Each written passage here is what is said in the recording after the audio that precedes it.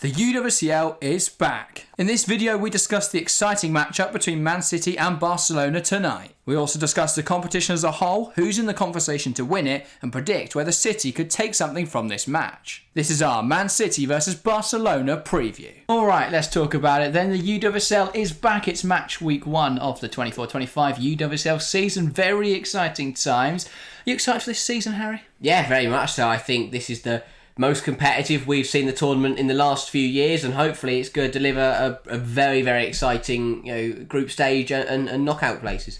Yeah, obviously we saw the group stage draw back 2 weeks ago now, and it's thrown up some really interesting groups, and I think the most interesting game of all of those, and the one we're going to talk about in today's video, Manchester City versus Barcelona. It's going to be a really interesting game for a number of reasons. We've seen Barcelona tested against some of the other big sides. Obviously they've played Chelsea quite a fair bit over the last few years. But we haven't really seen them play City. The last time these two sides met was actually in the Champions League knockout stage in 2021. So it's been a few years now. And on that occasion, Barcelona won the first leg 3-0, but lost the second leg 2-1. So City did get a win technically against Barcelona. But it has been 3 years. And I would say both these teams are very different from where they were then at the time. Barcelona, I believe, was still managed by Jonathan Giraldez, and then obviously, they're managed by Luis Cortez, I think. So they had him, they've gone through Giraldez, now they're at Pere Romeu. So they've moved on so much in that time. For Manchester City, it's still Gareth Taylor, but I think it's a very different looking Man City team. Yeah, very much so. I think more City than Barcelona. City have come on leaps and bounds. I'm not saying that means they've jumped Barcelona, but I definitely think City have improved more, which for me closes the gap. And I do think that it is going to be a very, very good game tonight. These two sides, I think City have got a lot to offer. Back in the Champions League is very, very exciting to see. Hopefully they're going to deliver some really, really strong performances and going to prove that they can battle against the best in Europe. For Barcelona, we know how good they are. Maybe playing, we know that, as you say, they've played very similar the same teams over the last couple of years. Chelsea, Lyon, PSG. Maybe Man City can throw a curveball in there and maybe be the first team in a while to beat Barcelona. Yeah, potentially so. How do you rank City compared to someone like Barcelona then? Because I think it's difficult to give that assessment. We've not seen them play the likes of Lyon or Barca in a good few years now. How do you rank them? And then ultimately, what are their chances of winning the Champions League this year? Yeah, it's a tough one because obviously I think you'd use Chelsea probably as the measurement there, because you compare how Chelsea play against Barcelona and then you compare how Man City play against Chelsea and then work out the difference. But the problem is you've got Barcelona under new management, Chelsea under new management. So I do think there's definitely a bit of an unknown in terms of going into this game. How far, I think you're right, what is the gap between Barca and City? I think it's a hard one to judge right now because I think it's hard to tell how good either side are. We're only 3 games into the season, so I definitely think that there's a lot. We're going to learn a lot tonight, and I can't wait for it because it's two sides who have only played each other twice in the last 5 years. It's going to be very, very exciting to see what's going to happen because I think we will learn what that gap is by the end of today. So considering our contenders to win the Champions League, you'd have to have Barcelona in there, of course, as the reigning champions. I think you have to have Lyon in there. I think you have to have Chelsea in there. Obviously, then, I think the debate comes after that. PSG not in the competition this year, despite being semi-finalists last year, is a big change. Are there any more for you in the competition that could win it, bar those 3? And if not, who is the closest? That's a great question. I think without PSG, it definitely lowers it. I think it's hard to judge Arsenal and City because they haven't been in it for years. We haven't seen them play. I think Bayern Munich, for me, if I had to name an outside shot, it would be Bayern Munich. But I think if I was to, I would put a City in the same bracket as outsiders in terms of Bayern. So I definitely think that's the kind of level. But I think you're right. You have your 3 front runners, and then for me, everyone else is just a level off that. Again, I might be proven wrong tonight, but for me, I just think that Barca, Lyon, Chelsea are just that step ahead. The likes of Bayern, City, Arsenal, maybe Juventus, but I don't think they're quite on that level yet. Yeah, for me, I think Bayern and Arsenal and Juventus actually all in a really good position because they're in the group that doesn't have Chelsea, Lyon or Barca in it. But obviously, what I mean by that is that that one of those 3 could get a top seed if they win that group, meaning they would play a second seed in another group. Now, if that could be a potentially easier opponent Yeah. Obviously, if we were to guess the teams that are going to go through, it's probably going to be Barcelona and Man City. It's probably going to be Chelsea and Real Madrid. Yeah. And then it could be like Wolfsburg, Lyon, and then Arsenal, Bayern. There are no easy games there, of course. No. But by being that top seed, you do just get a potentially slightly easier quarterfinal. Because while a game against someone like a Wolfsburg or Real Madrid is going to be really tough, it pales in comparison to Barcelona. Yeah. So I think in that regard they could be helped out by that. In terms of where City are, for me I would have them as the next closest out of those, other than the big three. I think Bayern are a good side, but I look at a lot of their players and I don't see them being as close to other teams like Chelsea. I don't think they're as close to Barcelona like other teams like Chelsea are. You know, I look at the Bayern Munich squad. I think Pernille Harder, decent player. Magdalena Eriksson, decent player. Georgia Stanway, decent player. But if any of them were still top quality, they'd still be playing for Chelsea. Or they'd still be playing for Manchester City. So I think they are good players, very good players. And Bayern are a good team. But I just don't think they're quite at that top level. I think City look really strong, and it'll be interesting to compare how they play in the Champions League. I still have some doubts about their midfield this season. I think Barca could run riot in that regard. But as you say, Gilroyd's back, and that has seemed to remedy all the issues I had with it. Yeah. So that does seem to be a bit more balanced now. So I think for me, City are probably close. The other thing I'd say, debate, is whether Arsenal are closer. Because I think when they play against big teams who play high lines, Arsenal do play well in those games. They do. For me, it's a real shame we don't see Arsenal-Barcelona in the group stage, because I think that would genuinely be a very interesting game, especially over two legs where you could see Eidevall be a little bit. You see those changes, that manoeuvrability, which they do have a little bit with Eidevall. So I think it's going to be interesting to see how close City are. Obviously, this is the home leg. Does that pay into your thoughts at all? Well, I definitely think so. I think it's more that it's not away. Rather than City having home advantage, it's more the fact that Barcelona don't have it. Yeah. But I think this game is absolutely massive, because for City, in terms of, because you mentioned that seeding with Bayern, Arsenal and Juventus, but it's the same for Man City. If they finish second, most likely they're going to be playing Lyon, Chelsea, or then Bayern or Arsenal. And that's horrible. If City win tonight... Well, if Arsenal were to top the other group, I don't know if they could concede against them. I'm not sure how it would work. Yeah, they must do.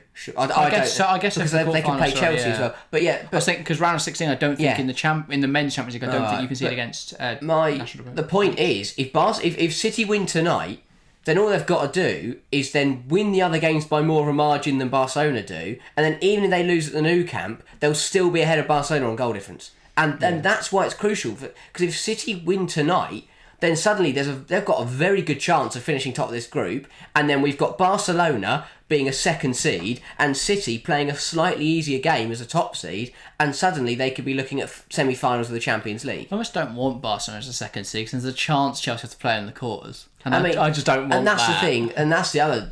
That's why I like having City and Arsenal and co back in it, is because if that did happen... Like, if Barcelona were second seed, then we'd get like Barcelona and Lyon, Barcelona and Chelsea so early in the competition. But with Man City being in there, it'd still be a cracking game. Man City Lyon, I don't think it's as good as Lyon Barcelona, but if that tie was to happen later down the tournament, that's fantastic. But just the fact we get games like tonight in the group stage is brilliant to see, and I do think it's gonna be a good game, because as you say, Jill Rod's back, which was the only concern for City, but with her back, they're gonna look solid. Barcelona playing very well. That we know how good Barcelona are.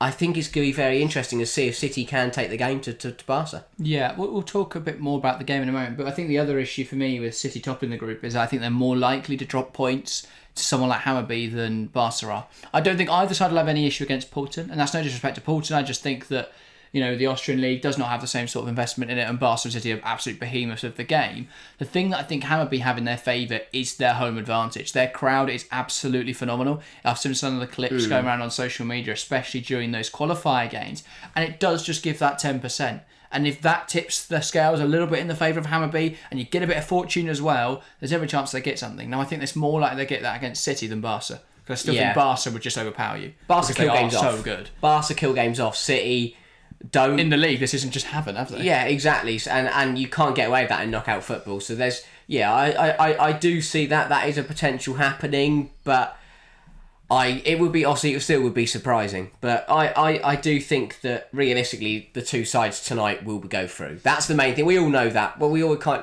If City lose both times to Barcelona and Hammerby managed to take City on in one of the games, there's a chance then that they would get through that. So that'd be really interesting to see. In terms of the actual game, though, what we expect to see from it, I think we're going to see Barcelona have some really strong periods of possession. I wouldn't be surprised. To see if City went a little bit deeper today, a little bit less aggressive with their setup.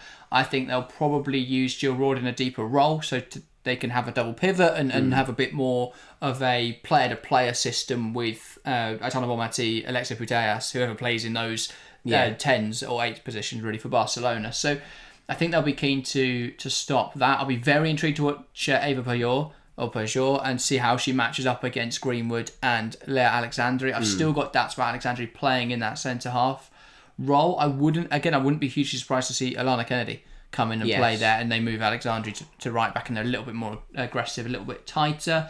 But yeah, it's going to be interesting to watch. I think Khadija Shaw up against Leon is going to be a really interesting battle as well. That physicality, those two jostling for the ball, fighting for aerial duels, that's really interesting to watch as well. And then, Kelly, Hemp, what can they offer from wide areas? If City are going to score for me, it's going to come on transition, because I think, if you try and break down Barcelona, it's probably not going to happen. But if they can just resist the pressure for a bit and then spring forwards, and you look at the pace in that front line, and if they do indeed start Hemp, Shaw, Kelly, that's really strong. We're expecting a very similar play style to the way that Chelsea played against Barcelona last season in the semi-final. Maybe not as defensive. I was going to say, probably not that defensive. Because Chelsea were sat on their goal line for quite a lot of that game. But it worked. It did work. But I think City will be more reserved. And that's expected, because Barcelona are one of the, if not the best side in the world. But is that the way to play against Barcelona? I mean, maybe you hit them hard and you catch them out. Because we've not really seen anyone go for them in the league, and I know people will disagree with me here, but I don't think they face much competition there. They've not played Real Madrid or Atleti, admittedly, yet, and I do think that Real especially look really, really good this year. And so I think that'll be a more interesting matchup than it has been in the past. But Barcelona quite obviously aren't tested that much in the league. They play against teams who sit back against them, and even then don't seem to have much belief that they could get a result.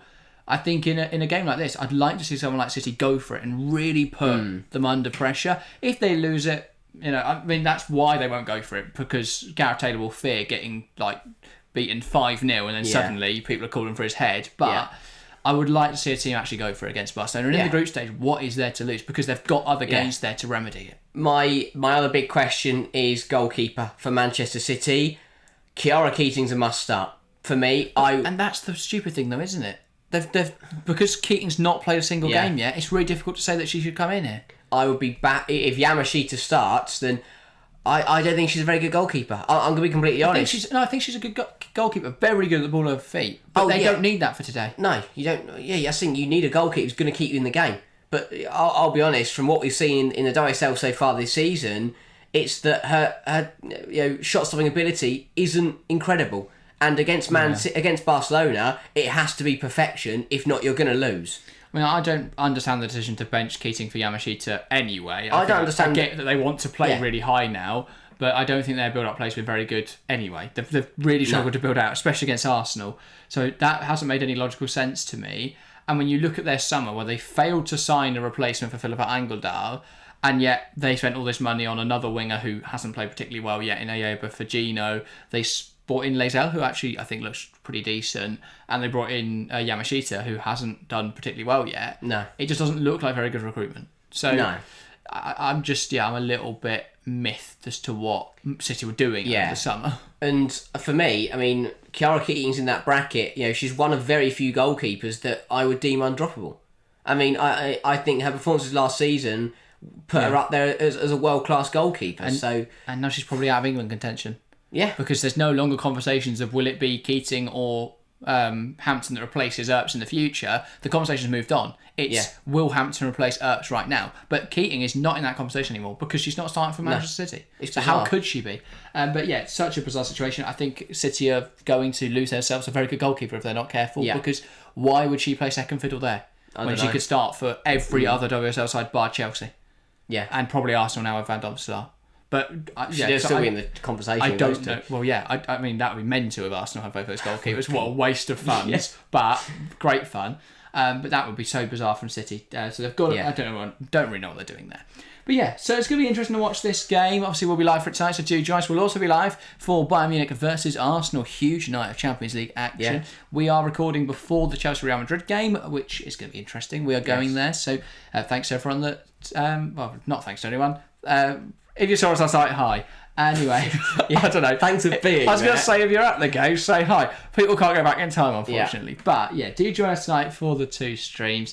And should be good. I'm very excited for the Champions League to return. It's match week 1. There's that Champions League buzz in the air as we get into this match week. And then obviously the WSL back this weekend. And then Champions League match week 2 next week. So yeah, it's all coming up thick and fast in the WSL in the women's game. Very exciting stuff. That is everything from us today, though. Shall we give a prediction for the game? Oh, wow. I don't want a score prediction. We'll do that on stream, but I want a result prediction, and then people can get involved in the comments as well. A result? What, in terms of... So not a score line, but a result? No score line. We could do Bayern and Arsenal as well if you want. Okay. Because there might be some Arsenal fans watching. I'll go for draws in both. Ooh. Draws in both games. Okay, fair enough. I will say a draw in the City game, and I think Arsenal will beat Bayern Munich. Wow. Because I think Arsenal are a very good team. Yes. They just can't break down low blocks, and I don't think Bayern are going to play in a low block, so Arsenal should be all right, and Russo will score and everyone will backtrack. There we go. That's my prediction. But yes, so do join us tonight. Should be good. That is everything from us today, though. Thank you guys very, very much for watching, and we'll see you next time. See ya.